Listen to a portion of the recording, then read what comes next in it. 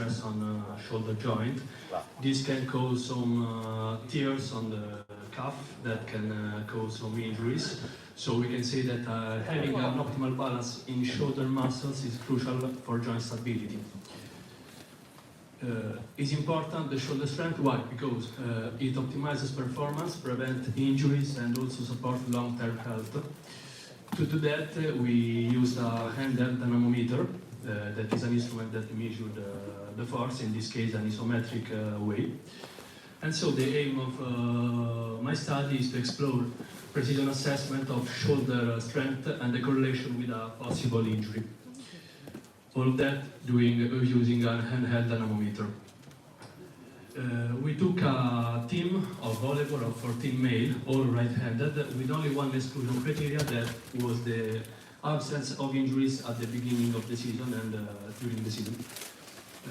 We took 3 rounds of measurements at the beginning of the season in October 2023, in the middle of the season, and at the end of the season in June 2024. We standardized some position following some articles on PubMed, in particular supine position and sitting position, with the arm abducted at 0 degree and also at 90 degree with external rotation also 90 degree. We tested the dominant and also non-dominant limb to have a better accuracy. Those are the position chosen, all standardized the position of the therapist and also of the patient. In the first picture we have a supine limb position in 0 degree of abduction with a test of external rotation. The second picture shows the same test but in internal rotation, and the last 2 pictures in a sitting position with an arm abducted at 90 degree of abduction. We recorded 2 key metrics, the average strength and the maximum strength. That was the highest value bring out of 3 tests done, all in newtons. We did 3 tests for each position for have a better accuracy during the test. The results shows different values. For the single player values, we have the internal and external rotation, maximal and average force. Positive tables that shows that. To the left we have the average maximum team strength, is an example, and to the right we have the single player values, where the yellow and red block are the minimal and maximal values respectively.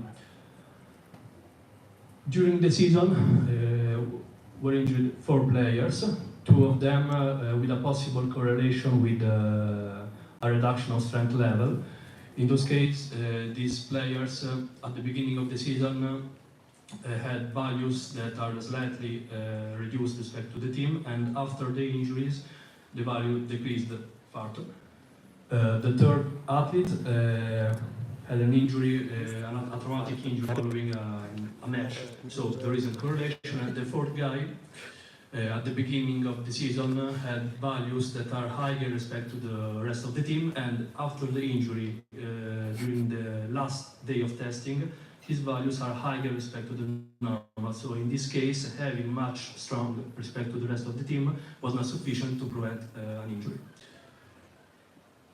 In conclusion, we can say that lower shoulder strength levels may be correlated with injuries in volleyball, because we found 2 cases out of 4. And in a regular strength assessment are important for predicting and preventing shoulder injuries for the therapist, but also for the training, to program an effective training.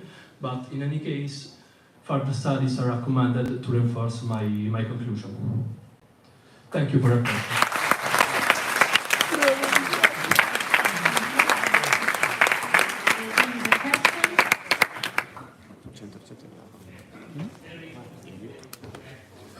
Please wait for.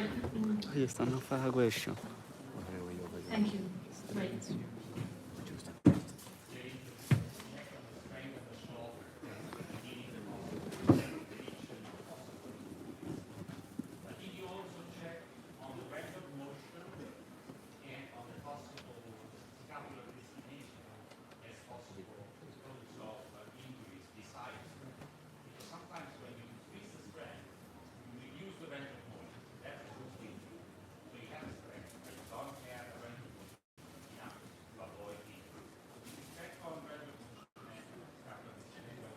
not only isometric strength, but for a possible future study can be useful to do that also with a major sample of athletes.